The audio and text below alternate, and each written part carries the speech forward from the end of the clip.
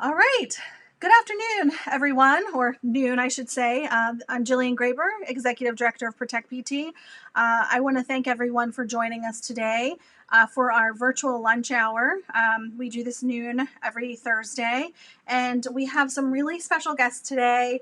So I'm really excited to introduce our special guest today, Lynn Cherry. She is the Director of Young Voices for the Planet. And she's producer of and filmmaker of these award-winning films, one of which we're going to actually see today. And then we also have Jasa Hunter-Mellers. She's a 15-year-old environmental justice activist. She is involved in civic education. She advocates and is a youth ambassador for Young Voices for the Planet. So we are really excited to have these two amazing women on today, and we're going to talk about some of the work that they've been doing, and we're going to see a film from Young Voices for the Planet. It's going to be 6 minutes, and then we're going to hear from Lynn and Jasa and talk more about the work that they've been doing. And thank you guys for joining us. I think that everyone is going to really love the program today. And so if we'll go ahead to the next screen, we're going to go ahead and play the video for you.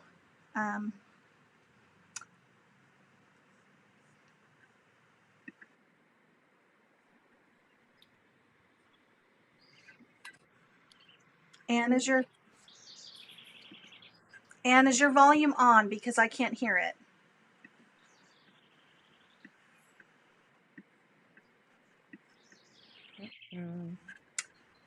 Anne, I can't hear the volume on your video. Does it change if I unmute? Let me see. Attack. Yes. To the point where I actually had to exert myself breathing because I had so much trouble pulling air into my lungs. My sister-in-law was a nurse, and she got her stethoscope and checked Jasa, threw her in my arms, and told me to rush her to the emergency room right now. A lot of kids in my school have trouble breathing and have to be hospitalized. I know it was really hard for some kids in gym. There was like an entire cabinet filled with asthma medicine. This is the coal-fired power plant. The coal plant spews a lot of toxins, so I knew that that had something to do with why my daughter had an asthma attack.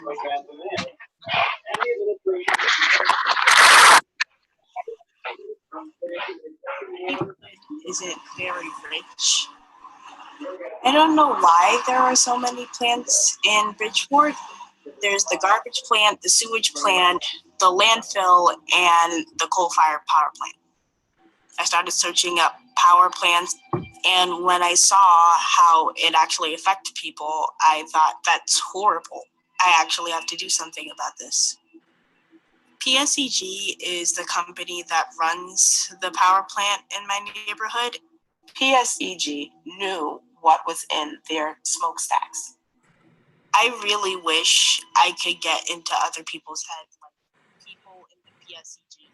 What are they thinking, putting polluting power plants in our backyard? I think it may be a case of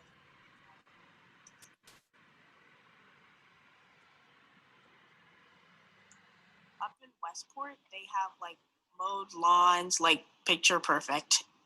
And this is the most important thing: no power plants.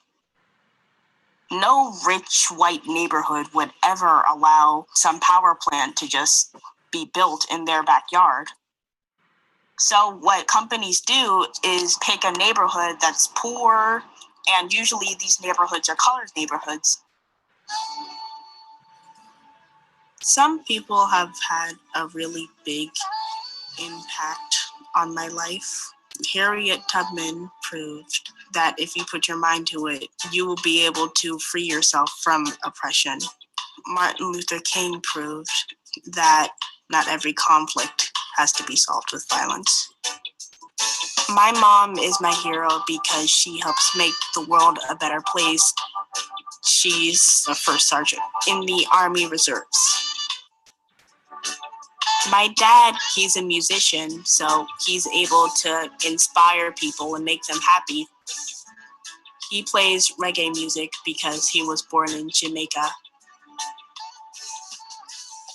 What's our goal? No more goal! What's our goal? No more goal! This group called Healthy Connecticut Alliance asked me if I wanted to do this event speaking to the city hall because I had asthma and I've been affected by it. And I said, yeah, okay.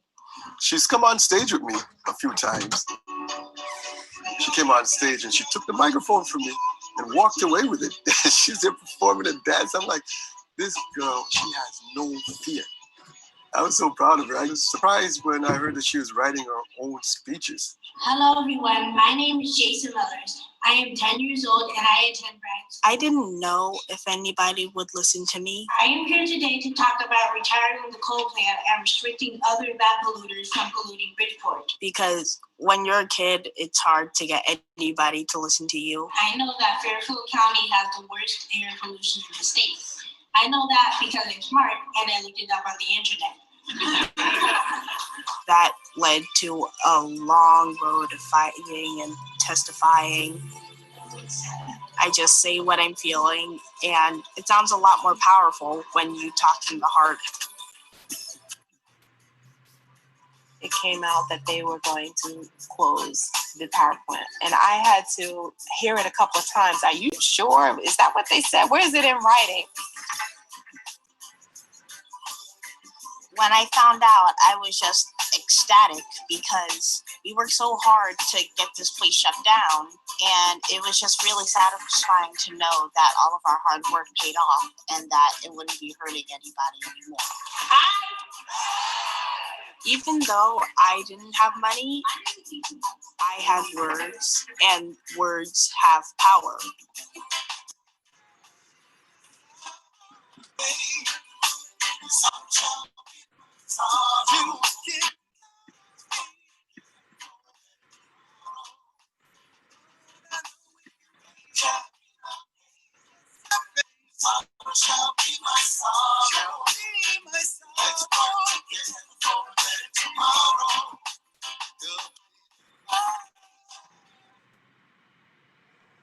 Thank you for that, Anne. And so there were some technical difficulties with the with some of the sound on the film, but the good news is that you can find all the films that Lynn has produced. These amazing films, you can find them on her website, Young Voices for the Planet. So I encourage you to go onto Young Voices for the Planet and check out their website and their films, because they're really inspiring. And we're going to have Lynn right now talk about that a little bit more. And so yeah, thank you, Lynn, for joining us today, and I'm going to let you take it away from here. Oh, thanks so much for organizing this. This is so wonderful that people are going to get to hear from JASA especially. So I've made the films, there are 13 films now, Young Voices for the Planet, to demonstrate that youth are catalysts for action. They're catalysts for change. And later on, I'm going to be talking about the action plan. That's an acronym, ACTION. And so this is all about unleashing the power of youth through civic engagement, democracy, education, and success stories. Next, please. So you can see, if you don't want to read all about our bios, but these bios are on the website. You can look up, JASA has a whole page all about JASA and her awards and her bio. And as a producer, you can read more about me there. Okay, next, please. The mission of Young Voices for the Planet is to empower youth through these inspiring success stories, to take an essential role in informing themselves, their peers, their communities, and to challenge decision makers and to catalyze change. Next, please. And the upshot is that kids can make a difference. They can make a big difference. And these are some of the young people from the Young Voices for the Planet films. If you go online, as Jillian said, you go to movies, and there are 13 films. They're about 6 minutes each. on the upper left, that's Jordan Howard. She greened her school. Middle top, that's Milo Kress. He is ground zero for this whole straw campaign that's all over the world now. Top right, Team Marine. These young people got the first ban on plastic bags in the US. Bottom left, 3 9-year-olds testified at their town meeting. This movie was called Save Tomorrow, and they got a law overturned that had prohibited solar panels on town buildings, and the town then put solar panels on every town building. So, and there's Jason on the bottom left. So you can see that even though young people might be too young to vote, they can actually change laws, change people's minds, and change their communities and change the world. Next, please. A lot of us came to caring about the environment and about all these environmental issues, especially fracking in Pennsylvania, destruction of our natural habitats, when we were kids through some kind of trauma. And mine was that I had a woods that I absolutely loved, and it was my whole world. Like every waking hour, not in school or at the house, I was in this woods. I knew all the animals. And one day I came home and they were bulldozing it, and they completely destroyed it. And back then I had no idea that in a democracy, you're supposed to be able to speak out, that you can talk to local officials, that I might have been able to save it. And so as an adult, I wanted to give kids these tools so that if their woods was threatened, they could speak out, they could try and save it. And actually the girls in Save Tomorrow, the movie I told you about, they actually did save the woods behind their house. And that's a film you should take a look at. Next, please. But as I was going around the country and you know, as a children's book author and illustrator, you probably know some of my books, like The Great Kapok Tree. And I was telling kids about destruction of the rainforest or pollution, and they would get very upset, and you could just see them kind of want to push it away. It was just, and I know sometimes we all feel that way, you know, that the problems just seem so big, we just want to forget them, push them away. Well, these kids I learned about, they were in Michigan, 3rd graders, and they had a woods that they really loved, and it was going to be cut down. And they went to the developer, and he said, they asked him if he could give it to them, and they said no. And the developer said no. But then they went and they wrote letters to the editor. They went on the radio, and these 3rd graders raised $200,000 and bought this forest and saved it forever. And so I started telling these stories, these amazing stories all over the world of kids doing things like this, and those stories empowered kids. Next, they really excited them. If I told them about the clear cutting of the ancient forest, again, you know, doom and gloom, didn't want to hear about it. Next. So I thought that if I wrote a book about the destruction of the rainforest that had a good ending, where the guy at the end, he doesn't cut the tree, that maybe it would inspire kids to try and save rainforest and the forests near them. Next, please. So as I had said before, you know, these stories of rainforest destruction upset kids, where the action empowered them. And taking action was the antidote to the fear and the demoralization. Next, please. So here's, these are a group of kids. They put on a musical, The Great Kapok Tree. Next, please. And they did it for the whole community, and they raised a huge amount of money, and they bought acres in the rainforest. Plus, they educated their community about the importance of saving rainforest. Next, please. So whereas the doom and gloom turns people off, the solutions and the success stories empower them and make them want to go do something. Next, please. When you go to a lot of these protests, you see these posters like this, and you just go, oh my God, this is so demoralizing. Next, please. So we have to consider the psychological effects of this dire news, especially climate change, and teach about the science, but about the success stories. Next, please. So this is Albert Bandura, and he is one of the world's most famous psychologists. He coined the term self-efficacy and social modeling. So self-efficacy is one's belief in your ability to make a difference.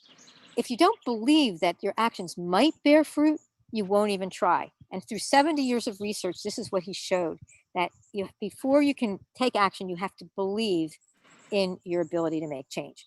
And that's what these films do, because you see 13 films with about 20 kids, and they're all just changing laws. They're making a difference in their communities, and you realize, wow, if they can do it, so can I. So that's social modeling. Next, please. That's another term coined by Albert Bandura, and his research showed that when people believe in that, they come to believe in their ability to do things by watching other kids, in this case, teens, looking at their peers, that it will motivate them to do something else. In the Save Tomorrow film, that's what Alice said. Those children look just like me, and maybe I can be doing what they're doing. And then she and her friends went on, saved the land, and changed the laws. Next, please. Because the kids want a future. Okay, next, please. So this these are 13 films, and this is our website. And I'll let you go and take a look at them after this, so I don't take up the time here. But please take a look. They're 6 minutes long, and they're very inspiring. Next, please. Next, please. So Jasa, when I heard the story about Jasa, she was, I think she was about 13 years old then. And I heard that she had spoken out when she was 6, and then again when she was 10, and had been really instrumental in shutting down the coal-fired power plant that was causing her asthma. And so Jasa is the Young Voices for the Planet Youth Ambassador now, and you're going to hear her story, which is really, really amazing and wonderful. And Jasa is amazing and wonderful. Next, please. So who is Jasa? She turned 15 in May. Her first speech was at 6, and then she became very active in trying to shut down this power plant when she was 10. She's a gifted dancer and performer. We were at this Omega conference, and they put on this impromptu performance, was amazing. She's an honor roll student at Fairchild Wheeler and software engineering, Magnet High School in Connecticut. She's on the student council and robotics club, and she's a Young Voices for the Planet Youth Ambassador. And the star of Words Have Power, the film you sort of just saw, but please do take a look at it online, or better yet, do some screenings of this film in your community or online, because we really love to get Jasa's voice out there, and she will often be available for a Q&A after the screenings of the films. And this won the Best of Fest at the My Hero International Film Festival and many other awards, which you can see on our website. So take it away, Jasa.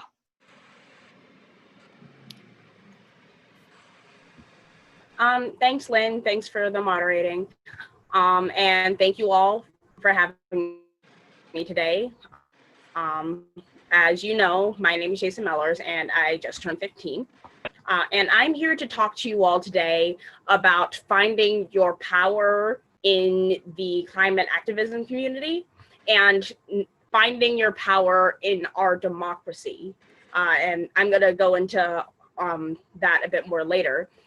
But as you heard, I had an asthma attack when I was 6, and that was also when I gave my first speech. But I wasn't really into it until a few years later when a friend of mine, she died from asthma, the same illness that I had. So that was when it really hit me, like injustice and the effects on our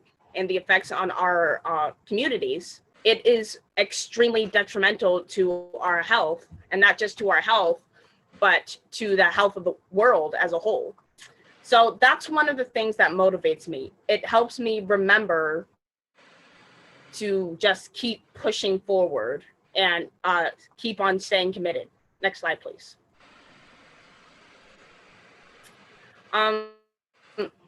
So you might have missed it because of the few technical difficulties with the video, but I talk a little bit about in that video about racial injustice and environmental racism, and that's a very real thing.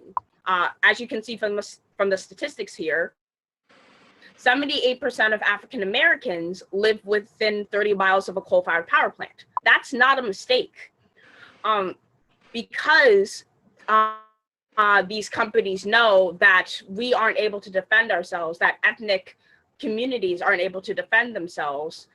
They prey on us and they target us because they know that we don't have the same kind of power and money that all of these other white communities do. So that's another thing that I'm trying to combat, because racial injustice isn't just limited to white supremacy and police brutality. There are little subtle things like this, environmental racism, that are just as lethal. Next slide, please. And the reason I know about all of this, it's because my community, Bridgeport, Connecticut, is one of those communities. It's the largest and poorest city in my state. You can drive around anywhere in Connecticut and you see all of these picture perfect lawns, white picket fences, all of that. And then you come to Bridgeport and it's like cracked sidewalks, litter in the streets, all of that. And it's one of our only few ethnic communities. It has 35% Black, it's 35% Black and 40% Hispanic and Latino, compared to the minority of 20.3% white. And it also has the worst air pollution in the Northeast. Well, Fairfield County as a whole, where Bridgeport is located, has the worst air pollution in the Northeast. So that's where all of these illnesses are coming from, because 15.7% of our community also do not have health care. So when we get these illnesses, we aren't even able to go to the doctor to get ourselves checked out, and we aren't even able to identify what the illnesses are. Next slide, please. So you might be wondering, why don't we do anything about it? The reason we aren't is because we can't. It's not like we're not concerned about it, because as you can see from the statistics here, Hispanic, Latinos, and African Americans are actually more likely to be concerned about the climate crisis than white people are.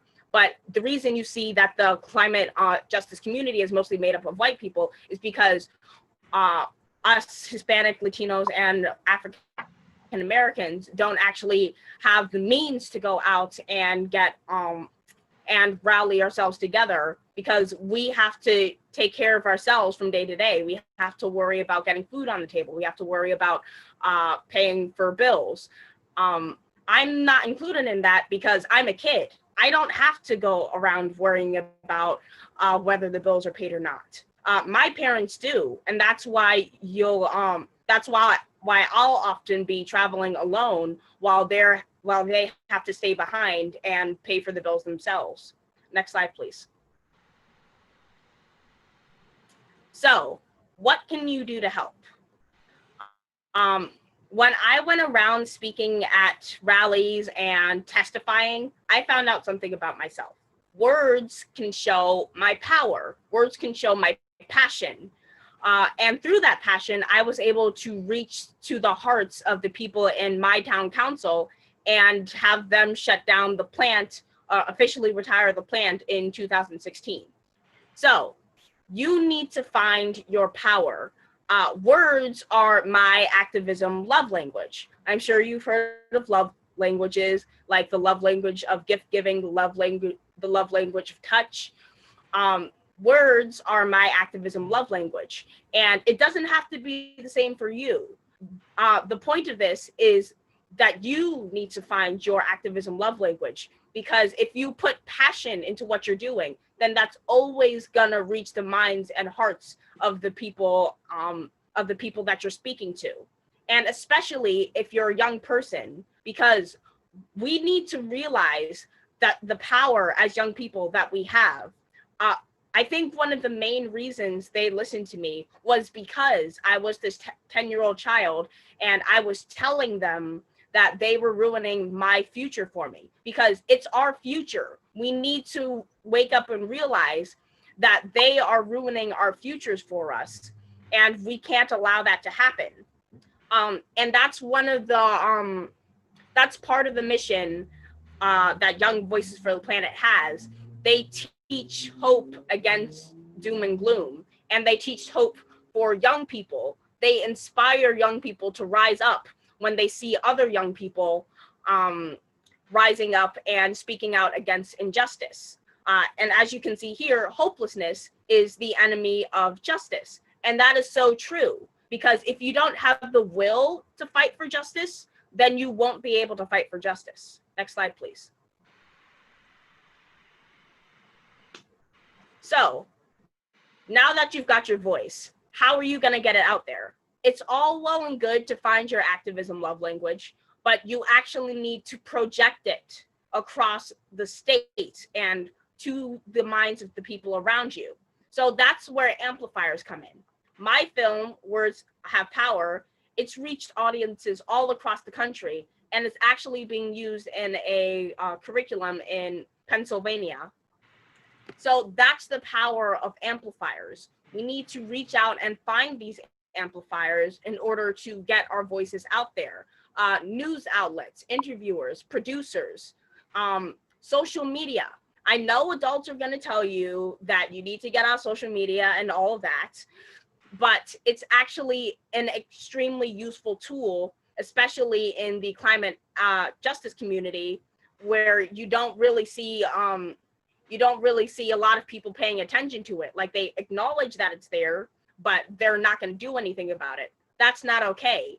So we need to use these tools like social media in order to get our voices out there and actually knock people on the heads and make them wake up and realize the crisis we're facing. Next slide, please. So where does civic education play into this? In case you don't know, our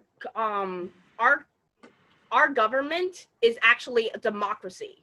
So that means the people control the government, not the other way around. And that's where civic education plays in. Only 9 states require a full year of civic education, and 10 states don't require it at all. And this is particularly scary to me. Nearly 75% of Americans cannot name all 3 branches of our government. That's extremely dangerous, because it allows the government to run around and do whatever they want, and we don't realize that we can actually do something about it. And that's why civic education is so important, especially to the climate activism community, because we need to reach out to the people in power to make them actually enact this change. Next slide, please. So we need to engage ourselves, and especially engage our young people in civics. There's a particular program here called iCivics, and they have this program called Newsfeed Defenders, and it's about spotting fake news. That is a tactic, one of the tactics that the government uses to control us, because they put out this fake news, and they and if we don't realize that it's fake, and we don't realize the what we're actually meant to do, then we won't be able to do anything about it. So that's also why contacting your getting in contact with your local government and your local representatives is extremely important, because we need to get people that we actually trust in our government. So that's why I started campaigning for my state senator, Marilyn Moore, when she started campaigning to become mayor of our city. And she's actually helped me before, because she's an extremely important figure in the climate justice community. So she's helped me reach the hearts of power, and in turn, I started campaigning for her. And that kind of relationship is something that we all need to have with our local government. And especially ways to actually engage in this relationship citizenship is participating in your town council meetings. Like, for example, my community has a town council meeting every week. But if you want to actually participate in one and speak in one, then you need to apply months in advance. Like, if I want to speak in May, then I'll have to apply in March. And that is something that we all need to know. And these are things we all need to know. We need to know who our local representatives are, and we need to know when our town council meetings are being held. And then again, contact your local amplifiers, your producers, your news outlets. Use social media. Those things actually amplify our power. You need to remember your power. Next slide, please. So, in case you've been thinking this, civic education is not just useful for the climate activism community, and it's not even just useful for the activism community, period. It can increase creativity and critical thinking. News literacy, again, is extremely important, and it lowers high school dropout rates. There's a video here, we're not going to play it, but it's called The Benefits of Civic Teaching and Civics Learning, and it goes into all of these points that we listed here about the positive effects that civic education has on our generation. Next slide, please. So now that you've got all your ducks in order, you've got your activism love language, you know what you need to do to get your civics, to use civics in your plan. Now we actually need a plan. Next slide, please. So A, assess and analyze. You need to assess the threat. What do you need to do to neutralize that threat? Next slide, please. Collaborate. Quoting Lynn Cherry here, you need to find your yes people. You need to get all of these people to make your collective voices stronger, because the more people there are that are shouting, the harder it is for the government to ignore us. Next slide, please. Then create a timetable. Plan your steps towards your goal. You need to make sure that everything is going to be done in a timely manner, because if you're taking like years to do one thing when it doesn't call for it, then that just makes your movement weaker as a whole. Next slide, please. And then identify anything that can help you. Identify trust funds, identify organizations, identify other things that can help you, identify resources that can help you. You need to get everything together so that your movement is stronger in the long run. Next slide, please. And then organize. As the saying goes, cleanliness is next to godliness.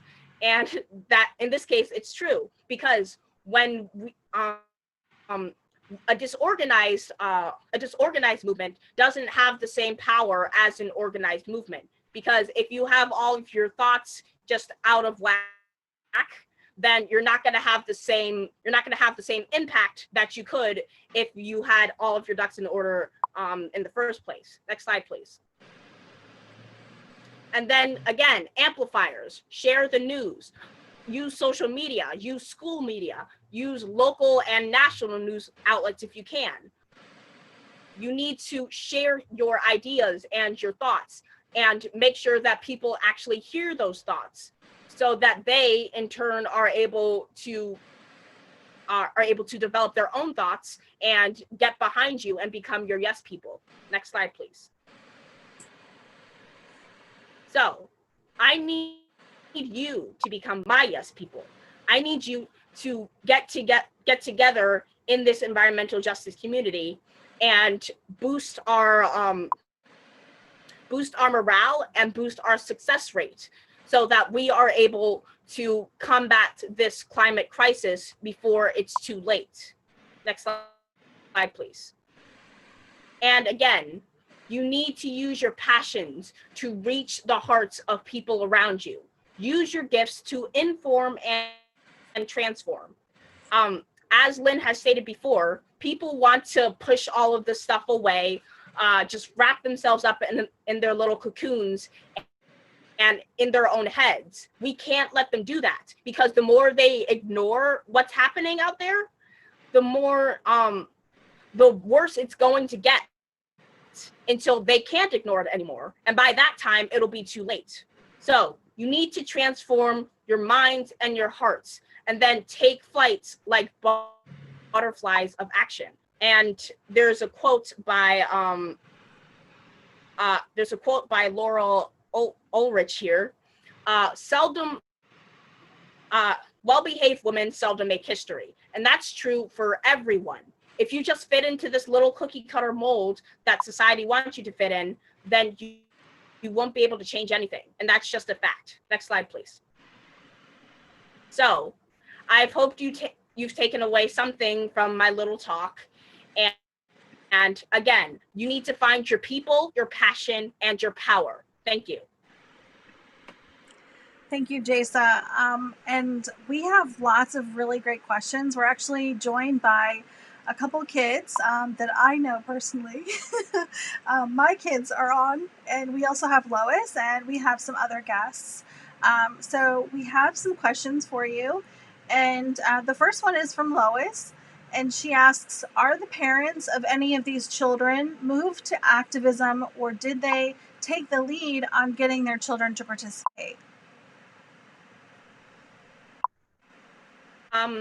Which children specifically? Like the kids in the movies?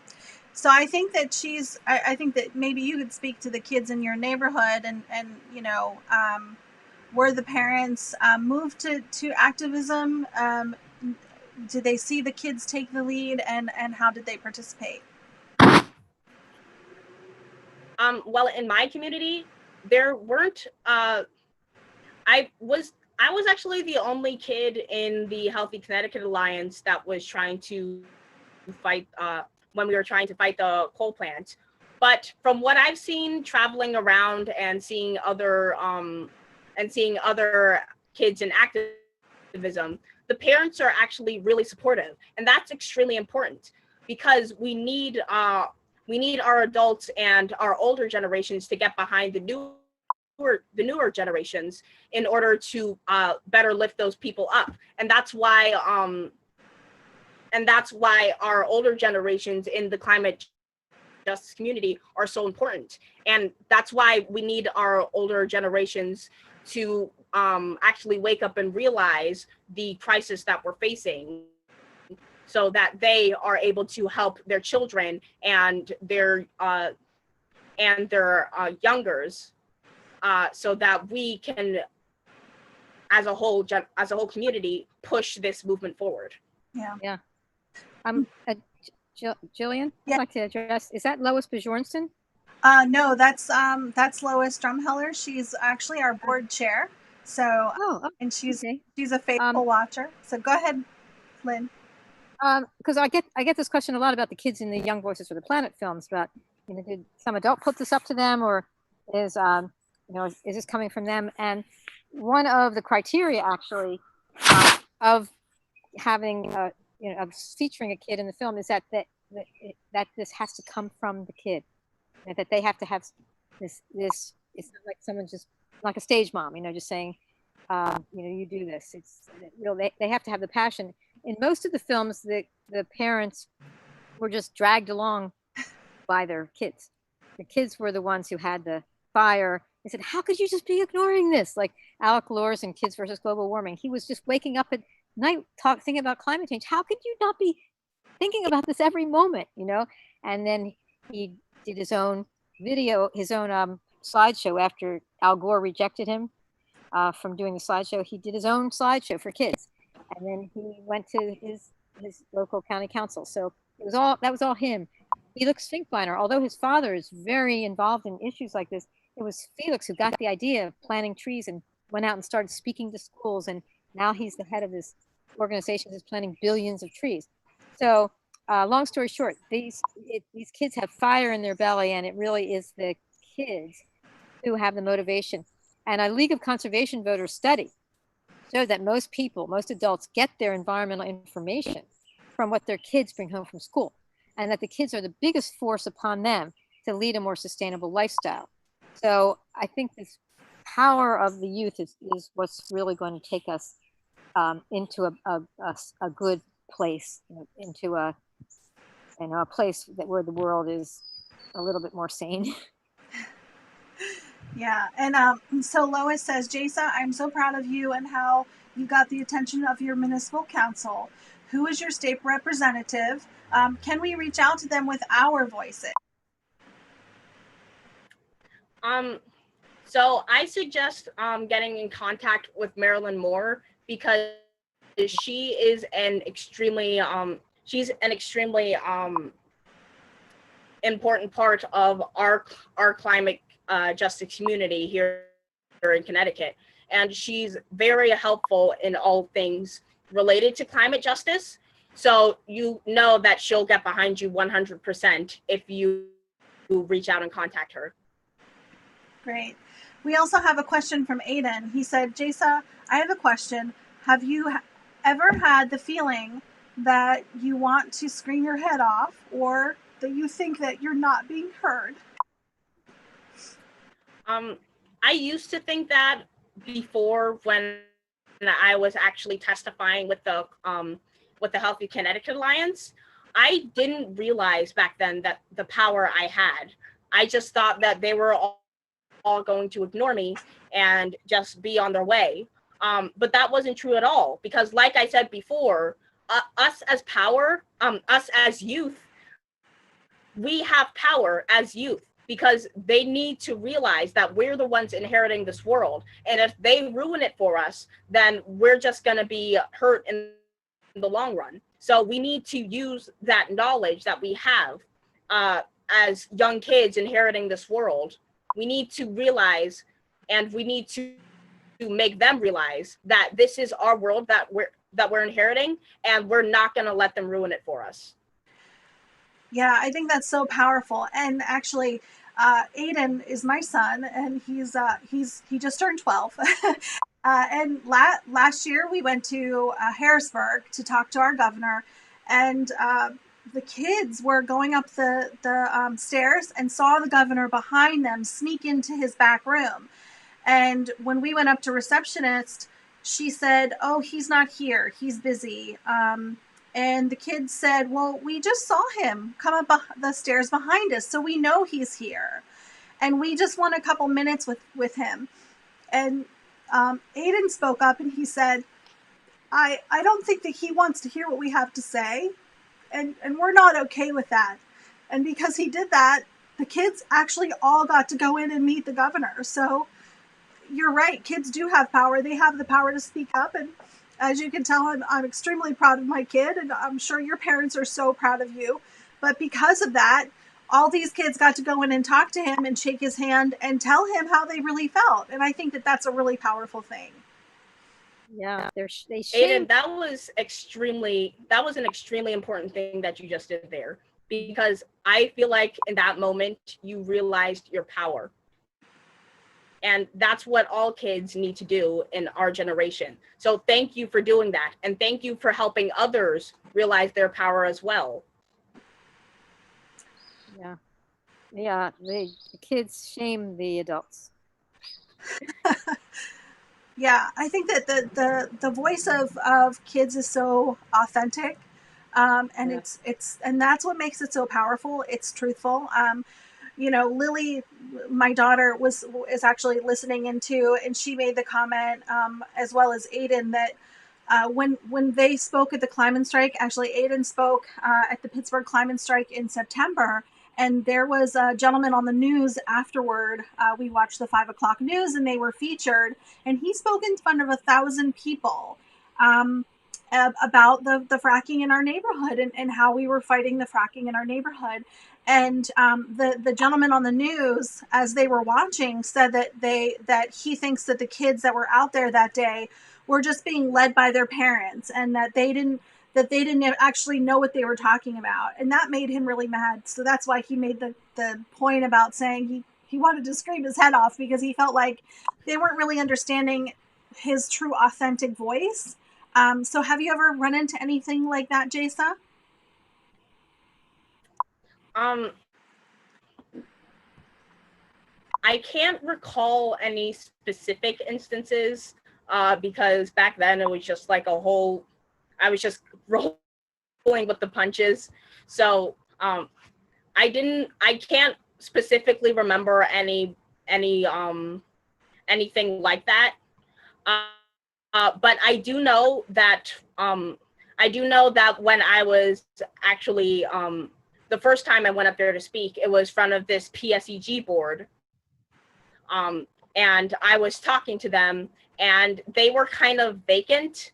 So I think that's the closest thing I can remember to being ignored. And that kind of pushed down my morale a little bit. But we need to just keep pushing past that negativity. As Lynn said, that's the power of success stories. We need to reach out and find other success stories in order to boost our own morale up so that we can in turn inspire change in other people and in other youth. Yeah, absolutely. So I had a question for you. How did you feel when the power plant finally got shut down and your community had some reprieve? Oh, I was ecstatic, and I was just a little bit in disbelief that I thought they were just gonna immediately turn around and say never mind. But yeah, that was the most powerful, and that was just the most happy I felt in a long time. And it just made me realize, that was another thing that made me realize the power that I had after it was done. So that's why I still go around and try to help other people find that their passion and their activism love language in order to reach out and inspire that kind of change in their own communities. Because I want other kids to realize that they have the same thing that I have. That's great. And so Harriet, go ahead, Lynn. Go ahead. When Jasa, we showed the film at the Boston International Film Festival, and Jasa spoke afterwards. And it was it may have been the first one. It was pretty early on. And I think it was her mother who said, if Jasa, you have to go all these places, and stay. It takes a lot of your time, and you can only reach so many people, but to actually have your voice in this film, and then the film gets shown all over, and you may have a couple hundred people at each showing, that it's a great way to amplify your voice. And so one of the things we wanted to do in the Pittsburgh area, is to work with kids to teach them how to make films. And I know a lot of kids are making films, but to actually work with them about films and storytelling. And do you want to say something about that, Jillian, about how we might try and do some kind of workshop in the future?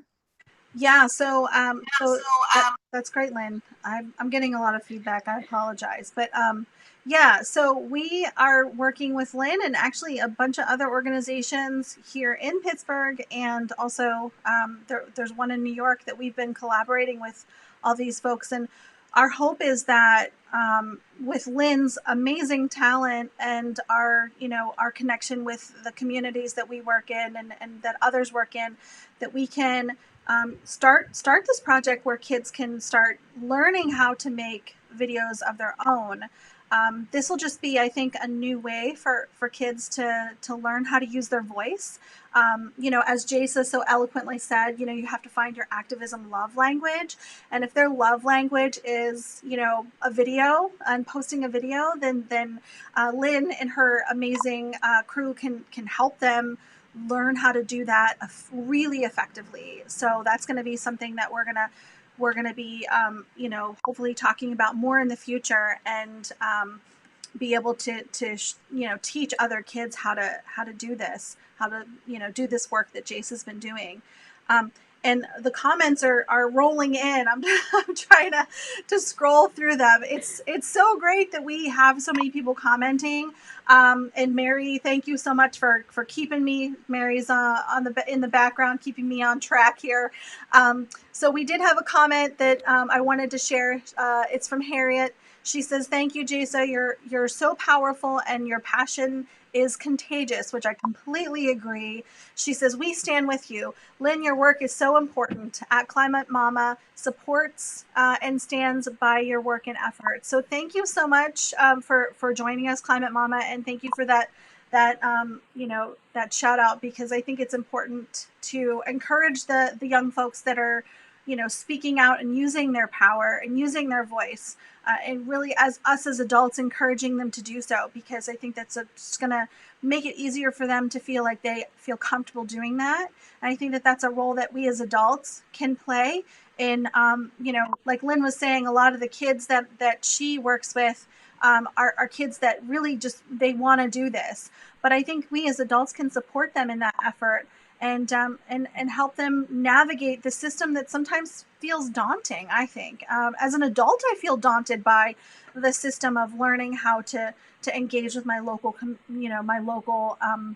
people in power. I can't imagine as a young child having to try to do that. So that just speaks volumes about the leadership that she has. Jillian, I just want to comment on that. That this project you mentioned it would be an opportunity for young people who are really being affected by fracking, especially, to sort of like shale field stories, to tell their stories in film, but also what we've been working with is so it's actually how you tell the story arc, not just making the films. Yeah. So I think just being able to express your experience, your frustration and get it out to the world is so important. So I look forward to hearing from the young people who might be tuned in. Yeah. So Lily asks, Jasa, have you ever felt no one was listening to you because you're a kid? Yes. When we first started out, I was just going with it just because before I realized the correlation between climate change and the negative effects on our health. I was just going with it just because I didn't think that anybody was going to listen to me. And along my journey, that's when I realized how important my voice was in this movement, when they actually started to listen to me, and I felt like they saw me. So that's what we all need to realize, and not just kids, but we all need to realize that we have to get our local governments to acknowledge our power and our voices. And to that effect, that's why I started pushing for more civic education, because civics helps us with realizing our voices in our local governments. Mm-hmm. Yeah, that's so true. When in the film you see where Jasa's testifying, and there's this picture of the city council people she's testifying to, and this woman looks like she's about to break down and cry. I mean, Jasa is getting to her heart, and that is part of the power of the youth. Not only do they shame the adults, they get to their hearts. It's like pretty hard to ignore. Very powerful. Yeah. So we have a couple more questions. Aiden asks, Lynn, how do you feel talking to all these people? Today? I think so. Yeah, that's from a 12-year-old brain. I am so thrilled to be here today with Jasa, talking to everybody who's on this Zoom call. And I think this is how we build a movement. Is if there's 30 people here and everyone goes and takes Jasa's movie and shows it in their communities and sends it out on their social media, shares it with anybody they think is going to really want to know about this, puts it up on their Facebook, and gets it out there and says, show this, and Jasa will sometimes be able, not all the time, but sometimes she'll be able to come and do a Q&A after a screening. So I think that everyone on this call can be making such a huge difference. So I'm always thrilled to be talking to people who, it's just showing up, just that you're here and that you care and you want to hear what we have to say is very heartening.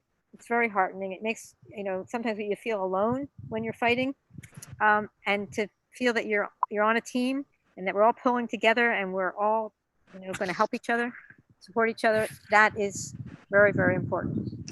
Yeah. So thanks for being here, Aiden. And we have a comment from Lois. Jasa, what do you think you'll do?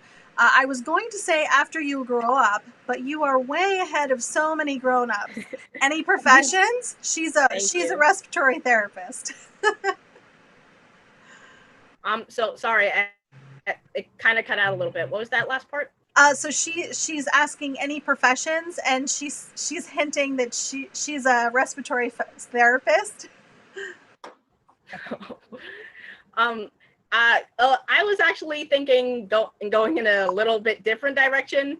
I want to become a robotics engineer because both my dad and my older brother are computer scientists. So I'm currently enrolled in an IT school, and I want to major in robotics engineering, mechanical engineering, and electrical engineering. That's great. To make environmental robots. Yeah. So we have a comment from Patricia. She says, I have admired Lynn since reading The Great Kipop Tree and used it in many of our books in my classroom on Environmental Fridays. I'm thrilled to be a part of today's stream. Thank you.